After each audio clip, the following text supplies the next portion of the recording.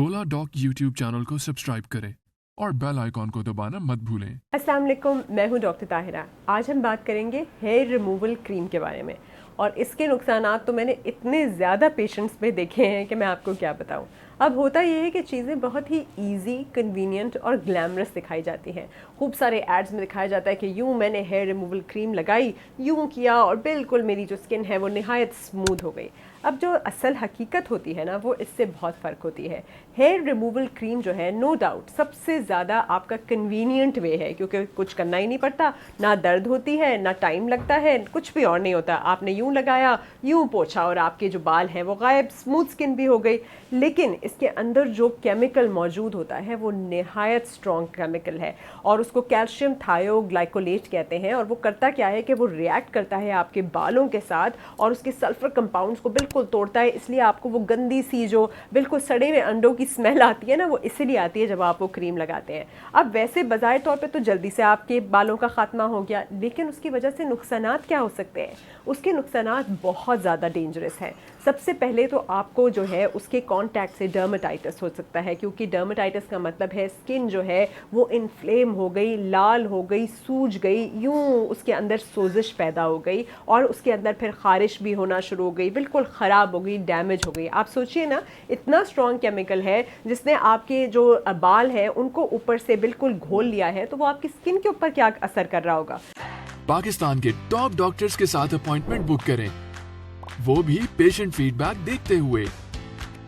लाखों लोगों की तरह पाकिस्तान के सबसे बड़े डॉक्टर नेटवर्क का फायदा उठाएं और आज ही ओला डॉक ऐप डाउनलोड करें। ओला डॉक, डॉक्टर का अपॉइंटमेंट आसानी से। तो फर्स्ट ऑफ ऑल तो आपको डर्मेटाइटिस भी है, आपको डैमेज भी है। एक दफ़ा जब स्किन डैमेज हो जाती है ना, तो उसके रिपेयर में बहुत टाइम लगता है। उस रिपेयर के प्रोसेस में इन्फेक्शन भी हो सकता है, वो मज़ीद ख़राब भी हो सकती है।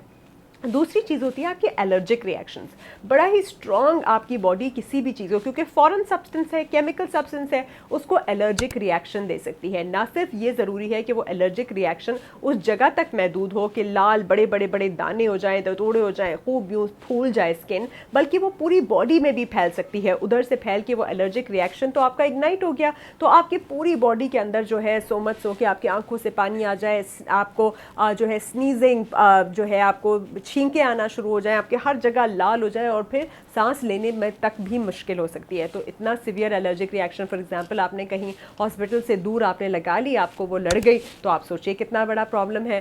थर्ड प्रॉब्लम, जो मोस्ट कॉमन प्रॉब्लम है, वो है आपके बर्न्स का। वो स्किन को जला देती है। जब स्किन को जला देती है ना, स्किन बर्न हो जाता है, तो वहाँ पे छाले, ब्लिस्टर हो जाते हैं। बाकायदा वो ब्लिस्टर होता है, उसमें पीप पड़ता है, पानी पड़ता है, जब वो निकलता है, इन्फेक्ट होता है, छिलका स्कैब बनता है और वो परमानेंट जो है वो निशान छोड़ जाता है। ये निशान आपने अक्सर देखा होगा, बिल्कुल लोग जो है बहुत ज़्यादा अपने सेंसिटिव एरियाज़ में, अपने अंडर आर्म्स में, अपने फेस के ऊपर तक ये जो है वो यूज़ करते हैं। उसके बाद जब एक दफ़ा इन्फ्लेमेशन हो जाए ना, एक दफ़ा चीज़ लाल हो जाए, बर्न हो जाए और वो उसके अंदर सोजिश आपको हो जाए, तो जब वो ठीक हो जाती है ना, तो वो काली होने लगती है, उसकी रंगत बहुत ज़्यादा काली हो जाती है, थिक और लेदरी सी भी उसकी स्किन आपकी होने लगती है। तो बेसिकली आपकी स्किन को इस कदर डैमेज कर रही है कि आप थोड़े से कन्वीनियंस के लिए वो लगा तो लेते हैं, वो सिर्फ एक दिन के लिए आपकी स्किन स्मूथ होती है, दूसरे दिन एक तो बाल भी आ जाते हैं क्योंकि उसने जड़ों से ख़त्म नहीं किया होता, और मुस्तकिल यूज़ से आपकी स्किन काली, डैमेज और उसकी रंगत ख़राब और हाईली सेंसिटिव हो जाती है, बहुत ही हसास हो जाती है, धूप तक आपसे बर्दाश्त नहीं होती,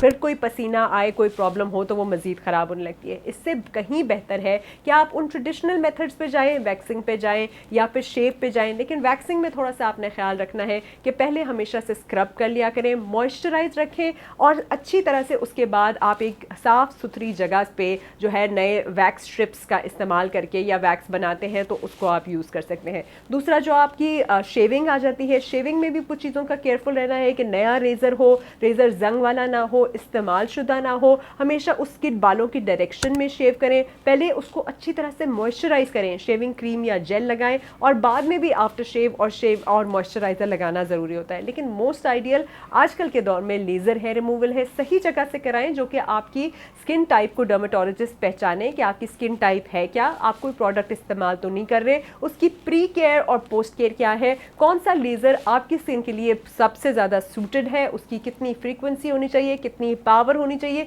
कितने सेशंस होने चाहिए। रूट से जो है आपका हेयर जो है वो बाल ख़त्म हो जाएगा, एक्चुअली नेचुरल ब्राइटनिंग इफेक्ट और लाइटनिंग इफेक्ट भी आपके स्किन में आएगा और आपको ये जो हार्मफुल किस्म का डैमेज है ना केमिकल से, इससे आप दूर रह सकते हैं। लेज़र के बर्न से डरने की ज़रूरत नहीं होती।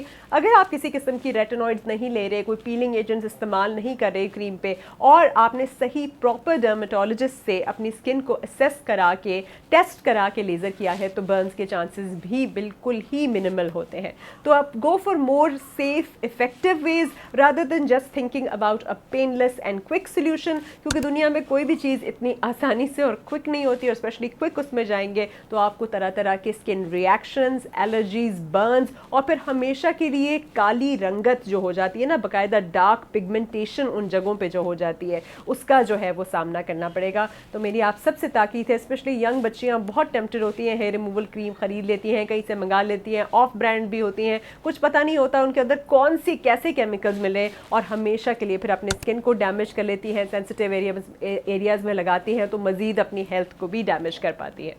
Thank you.